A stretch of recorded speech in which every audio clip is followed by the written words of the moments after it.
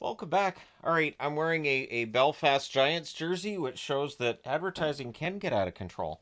All right, so we had 4 games today in the National Hockey League. This game gets a board of its own because it was the only game on for the first 2 hours. So I thought, all right, well, I do take a preponderance of notes.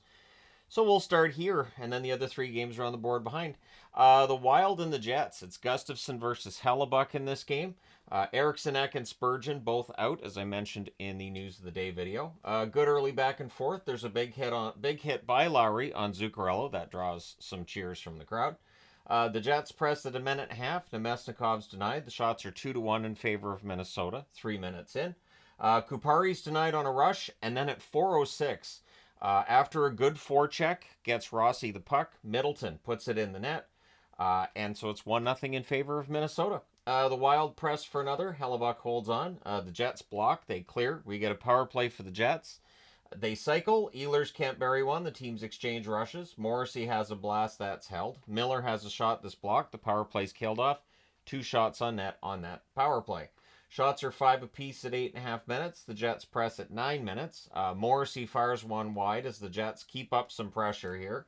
We get a power play for Winnipeg. Boldy has a slot shot that's kicked aside. The Jets clear.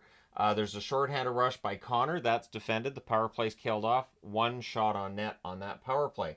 The Wild were defending the rush pretty well, too. So while the Jets were dangerous in transition, the Wild were doing a good job of keeping them to the outside on those opportunities. Despite the zone time, the Jets are also stuck at 5 shots for quite some time. Jets press with 3 minutes left. DeMello, I should say, has a shot that's held. Barron has a net drive chance that's saved. Pionk fires one wide. Puck's cleared. I put the number 2 on the board, and then they scored. Only a couple of seconds left in the period, so you pull the goaltender, and it works. Right off the faceoff, Scheifele with the goal from Lowry at 19:58. So it is that they're pulling the goalie in the last couple of seconds, and we all roll our eyes. But every now and then, it seems like every 4 or 5 years it works. So it's 1-1 after 1. Second period, early jump for the Jets. Connor has a rush chance that's held after Middleton fires one wide on a rush the other way. Bogosian has a screenshot that's held as the Wild get some pressure. Pionk's denied on a net drive. Gustafson loses his stick on that play, but he'd recover it. Connor has a shot that's caught and held. The Jets press at 5 minutes. Rossi steals one from Connor.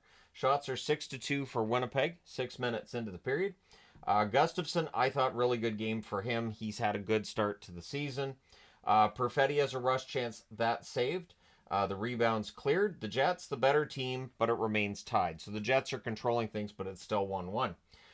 More pressure by the Jets at 8.5 minutes. The Wild get pinned down for a while. Colin Miller fires one high. Scheifele to Nito. Near miss there on a pass to Niederreiter in front of the net. The Wild draw a power play. It could have been a penalty shot for Hartman. I was honestly kind of surprised they didn't make it a penalty shot instead of just a penalty. Chisholm has a shot that's caught and held. There's a shorthanded 3-on-2 that kills some time. The Wild then cycle. It's cleared out. Power play's killed off. Just the 1 shot on net on that power play. Kaprizov has a tip shot after. That's held by Hellebuck. Shots are 8-5 for the Jets with 6.5 minutes left. Velarde has a net feed that's held. The Wild press with 5.5 minutes left. The Jets failed to clear. They had a couple opportunities there. The Wild kept it in. There's a near miss for Hartman from a sharp angle. Pionk has a rush chance that's blockered aside. Kupari has a net feed that gets picked off. Freddie Gaudreau is denied on a fast break. Connor has a rush chance that saved. The Jets showing a good transition game, and again, the Wild doing their best to defend against it. Jets press with 2 minutes left. Lowry is robbed. It stays 1-1 after 2 periods of play. Third period, the Jets start where they left off. They start with more pressure, and they press again at 2 minutes. Shots are 4-0 Winnipeg, 4 minutes into the period. Suppressed by the Wild, but they're kept to the outside. Sandberg then has a slot shot. That was blocked. Miller to Lowry, near miss there. Teams trade turnovers. Rossi's denied on a 2-on-1 rush for the Minnesota Wild. Sandberg has a chance that deflects high. The shots are 7-3 in favor of Winnipeg halfway through the period. Ogren had a rush chance that was held. The Wild are stealing pucks on Jets passes. Now, whether it was the Jets telegraphing them too much, maybe they weren't fast enough, or the Wild just being really good at anticipating. Either way, they were doing a good job of doing that and getting those pucks out. Kaprizov rushes on one of those opportunities. 5:39 left, I should say. There's a power play for the Wild. There's an early clear. That power play ends up being killed off. The Jets rush after. There were no shots for Minnesota on that power play. Connor fires one high in the final minute, and then he's denied on his next opportunity. There's a near miss for Velarde in the final seconds, and with 5.7 seconds left, the Jets go to the power play. So that continues into the overtime. The Jets controlled early. There's a shorthanded rush by Huznadinov. His chance is saved. The puck goes the other way. And Connor wires one short side from the far circle, or from the right circle, I should say. Scheifele and Morrissey with the assists at 51 seconds. Winnipeg wins 2-1 in overtime. And for the first time since the Winnipeg Jets moved to Winnipeg from Atlanta, they're 3-0 to start the season.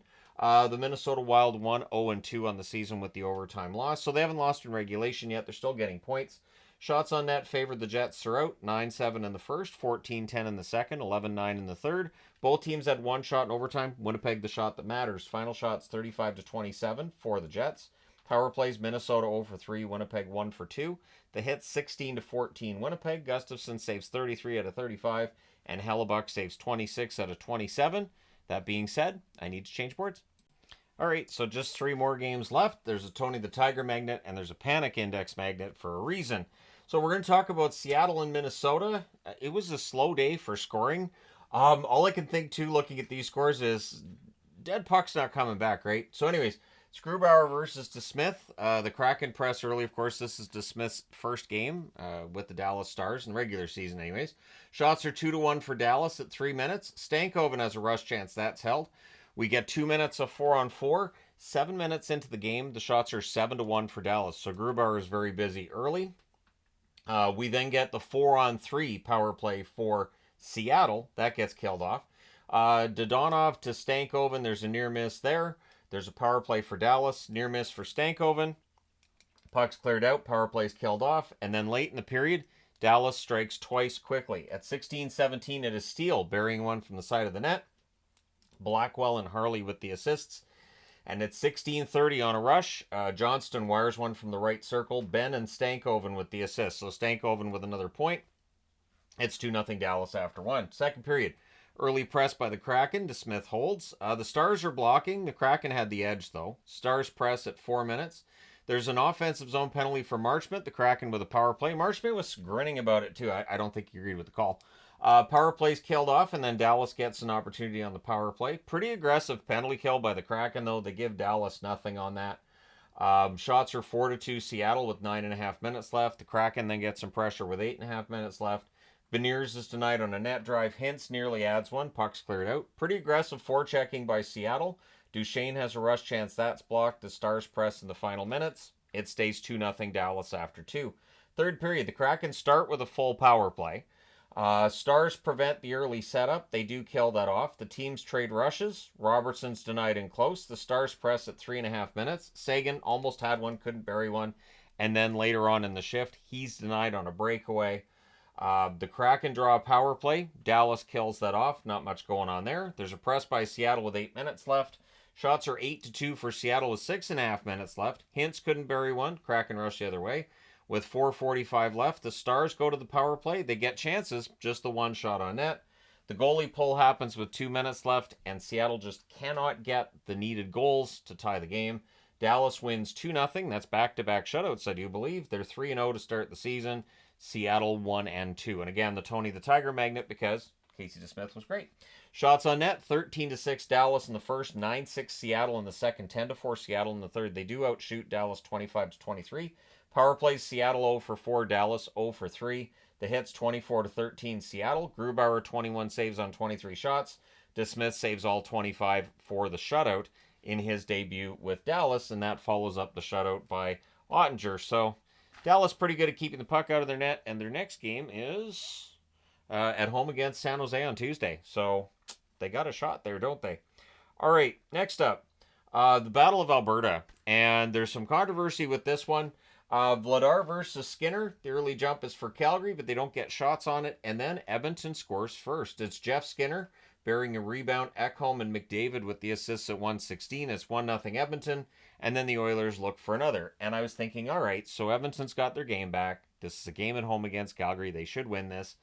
However, Hyman to McDavid near miss. McDavid goes end-to-end on a rush. That was held by Vladar.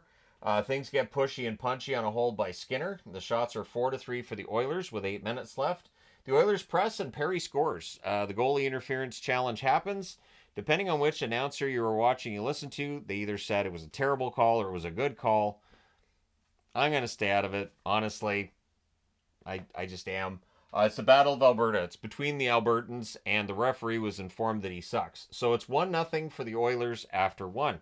Second period, there's an offensive zone penalty by Hyman. The Flames get a power play. Fans were not happy with that one. They weren't happy with the officials in general in this game. The power play's killed off. No shots on net for Calgary on their power play. But the shots are 2-1 for the Flames at 5 minutes. The Oilers score, and that one's offside, so that comes back as well. Fans really not happy with that one. I heard a smattering of ref, you suck, but it's the linesman. That's supposed to be linesman, you suck, because they're checking to see if it's offside. The Flames look to tie it, and they do. On a turnover, Rasmus Andersson wires one from the slot at 7 minutes and 30 seconds. It's a 1-1 tie. The Oilers press to respond. Zary gets denied on a rebound at the other end. Barry has a shot that's blocked. The Oilers rush. I thought both teams were defending pretty well at this point in the game.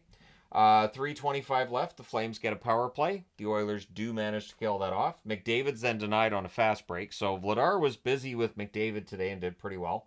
22 seconds left. The Flames get a power play. So that rolls over into the third period. The score tied at 1. There's a shorthanded post for Brown in alone. So Connor Brown very nearly gets this one to 2-1 for the Oilers. They do kill that power play off. 2 shots on net for Calgary. Then there's an offensive zone penalty by Kuzmenko. And bafflingly, Calgary kills this off without allowing a shot. And I say bafflingly because, that Oilers power play, that's the only chance they had in the game. I was pretty certain they had to bury that one. The fans call one, the ref doesn't, so he sucks. The Flames then press and they score. Mantha at 7:05 from Pospisil and Anderson. He roofs that one from in close. And at 9:27, Kirkland on a backhand, again close to the net. Ball and Anderson with the assists. So Rasmus Anderson with a goal and 2 assists today. But yeah, that's the first NHL goal for Kirkland. I believe he's 28 years of age. Good for him. I love these stories of the veterans that come through and get a goal later on in their pro career. So that's great. And who knows, maybe it earns him a chance to stay in the Flames lineup or at least stick around for a little bit when they get healthier. The Oilers press to respond. Pretty quiet crowd, though. Down by 2 against Calgary at home. It's a pretty quiet crowd. Goalie pull happens with 2:35 left. McDavid's denied. Vladar, again, just absolutely denying McDavid over and over. And it's not icing if it hits the post, so they try for the empty net. It hits the post, comes right back out, and they blew the whistle for icing. At this point, the officials get told that's not how icing works, and so the face-off's at center ice. Just bewildering. And of course, if you're Edmonton, you don't want a face-off in the neutral zone. You'd rather have gone back and got the puck and rushed up the ice. So neither team is happy with this setup, although Calgary's probably okay with a neutral zone face-off with the 1:19 left. So the Oilers called a timeout before anything else happened, but again, just insane. Absolutely insane that the puck hits the post, did not touch the goal line, so it can't be icing. The Flames would definitely extinguish the Oilers. Zary scores into the empty net at 19:36. That makes your score 4-1. The Flames are 3-0 to start the season. Yep. The Oilers 0-3. So it's the same start as last year for one of the Alberta teams. And I don't think we saw this coming for Edmonton. If I had said 2 weeks ago, okay, one of the Alberta teams will be 3-0, the other one will be 0-3, Flames fans would have gone, oh, we're going to be 0-3. Makes sense. And yet here they are 3-0. Shots on net in this one, 10-5 Edmonton in the first, 11-6 Calgary in the second, 13-10 Calgary in the third, 29-26 overall for Calgary. I thought they outworked Edmonton, and that's part of the problem. Edmonton's just not outworking teams enough. Power plays, Calgary 0-3, Edmonton 0-1. The hits 27-13 for Calgary. Vladar saves 25 out of 26. Skinner saves 25 out of 28. I don't think the goaltending was the problem today for Edmonton, but definitely there's some issues with the Oilers right now that I'm sure we'll be discussing. And there's a panic magnet right there, so kind of a spoiler. Let me look over and see. Yeah, the Oilers play at home against the Flyers on Tuesday. Oh, the Flyers like to play the role of spoiler, and they're going to have had a couple of days to relax first. Okay. Relax with Tortorella. Anyways, The Anaheim Ducks and the Vegas Golden Knights, that rounds things out for today. And Anaheim held on as long as they could. I have to say, I am getting concerned that this year for Anaheim could be another season of just a lot of losses. It's Reimer versus Samsonov, and it is pronounced Samsonov. I know a lot of announcers have switched to Samsonov. I don't know why.